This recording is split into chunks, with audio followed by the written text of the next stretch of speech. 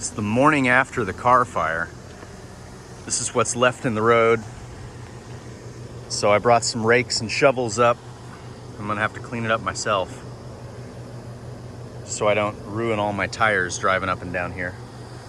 You can see the fire got maybe 6 to 10 feet back into the forest on this side of the road, and then not much, I mean, that's what, 40 feet into my aunt's pasture, so ultimately not that bad. The Barron Mid-County Fire Department showed up so fast, and also Deputy Martin of the Adair County Sheriff's Department. They showed up so fast. I was really impressed and very grateful.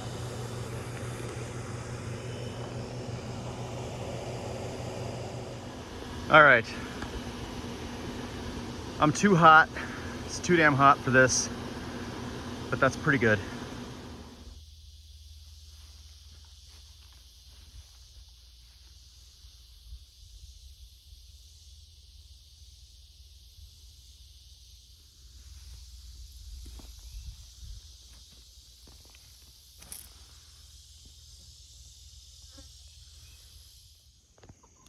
I gave the girls some old yogurt this morning, and I'm standing back because they are slinging it.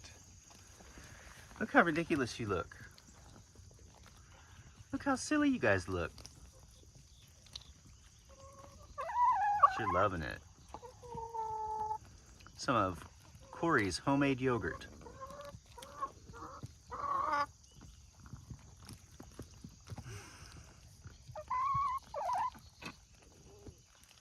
Here is the finished Uncle Jake's Ghotel.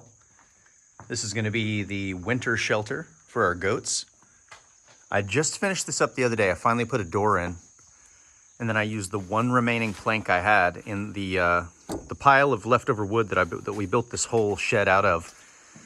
Was a combination of old barn wood from a 100-year-old barn and a deck that my brother Rob and I took down about a year ago from the 80s. So 100-year-old wood and 40-year-old wood. And it came down to the plank, like the plank. Every single plank is in this shed. It's serendipitous, minus that pile of cutoffs over there. But the last plank went to make this little side doodad shelf. I always like putting shelves near my animal pens because I'm always carrying something, and then I like to have two hands to mess with what I'm messing with. Ergo, I need some place to put my stuff. So here it is. This is my door, overbuilt, but in theme with the rest of the little cabin, the goat cabin. Now, yes, obviously I recognize that these are not level, mostly because I did this in a really, I don't know if I would do it this way again, but I was doing it by myself. So I just hinged up these horizontal pieces, and then I went inside and put up each of the verticals one by one. Thought I was being really clever. Well, by the second board, I took a step back and realized, oh shit, this is not level, and it's gonna get increasingly crooked as we go. But at the same time, each one of these verticals is held on with 10 screws. And I'm like, I'm not redoing 20 screws. So it's just gonna be crooked.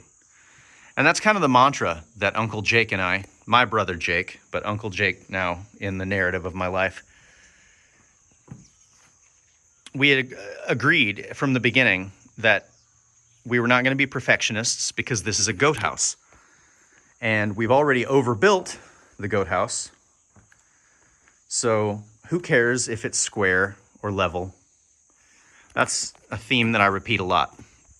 And that's kind of just an aspect of my carpentry that I've grown accustomed to. I do not overplan. In fact, I sometimes don't even have a plan. I just sort of know what I need to accomplish, and I start building it. And as I go, I can see the finished product coalesce in my mind's eye. And kind of the same with this. And you know what? If it works, if it's effective, if it's strong, I can let it go if it's crooked. Maybe I just embrace that and make that an aspect, like the non-linearity or the, what do they call it in the Lovecraftian mythos? Non-Euclidean geometry. Yeah, I'm embracing non-Euclidean geometry, which is funny because look, even though The rest of this is built with the same materials. Look how square everything is, because Uncle Jake was here. My brother Jake. Yeah, and Jake is extremely exact in his carpentry. That's how we differ. But that's why Jake makes furniture and I build sheds. Yeah, here's the door. And this latch, I love the name. Sus 304. It's on Amazon, but it's no shit. It's the best latch that I've ever used. It's an ambidextrous sliding barrel bolt, so it can go either direction. I'll show you another example of how I've used these. But I always throw away the cuff because I just drive this straight into the wall, into the door frame in this case. And then luckily I chose this board to be the outer edge of the door because of that. It's like a natural handle. It's perfect. There it is. Beautiful. I will probably cut a window out back here, frame it out, cut it out, and then hinge it so I can open up an outside window and then just put like goat fence over the window for ventilation and a view in the summer, and then I'll be able to shutter it in the winter. That's it. Time to get goats. This is the other spot that I used that same Sus 304 latch. This is just a fence that I used to connect where my fence already was. The house fence already ran around here and then curved back in around the driveway before going out again. So I just connected one corner of the driveway to the house to cordon off one corner of the yard. And that will be sort of an animal acclimation pen for the animals that will eventually all be sharing the food forest in this enormous front yard. But when we bring in new ones, or if friends need to bring pets out for the day or the weekend or something, we can sequester them from the other animals until they acclimate, or if there's a problem. I just love building fences and gates. I don't know what to tell you. But here's the latch.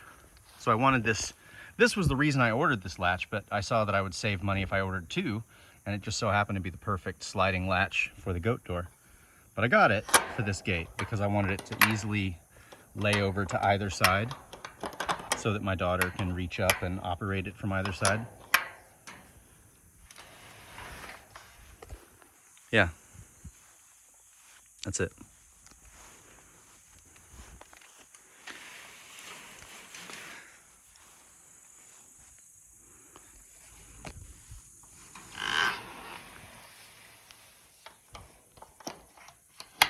There we are. Something else I want to point out. I have done so many gates on this property and sort of just been learning as I go. I've got gates that roll on wheels. I've got gates that free hang with diagonal supports. And what I have come, this is gate, I don't know, gate number something in the double digits. Really, this design is the best. A square with a diagonal that goes from the top hinge to the top hinge to the bottom corner underneath the latch and the handle. That, and then held together with fence to keep it sort of laterally supported. That's the best. Look how many hinges I used. These were little brass, like box hobby hinges, so I just used them all. But that's it, it works great. And also, as far as the clearance underneath the fence, I found that what works best is just to extend, or rather the gate, the clearance underneath the gate, is to extend the fence down beyond the bottom of the gate and let the fence cover the gap and make contact with the ground. Because as you open and close the gate, that little flap of fence down there will bend if it needs to bend. And it also sort of keeps the door in place, like a little de facto doorstop, and it helps keep critters from crawling underneath. And that seems to be way better. It also supports the vertical weight of the gate, even though this one doesn't need it with all the hinges that I used. This is fully supported. And that diagonal from the top hinge down to the outside corner, it's exactly what that does, is it creates a triangle so that essentially your top, that's why I always stack up hinges at the top, because those are doing most of the work. They're supporting the top of this triangle. I don't know if that's true, but it makes sense in my head, like a lot of things that aren't true. But this gate design seems to work really well. Baby boy waits by the chicken coop in the morning because he knows that I'm gonna bring out a bucket of slop. And he just joins the chickens and picks through it to see if there's anything he wants. You guys are such a cute family.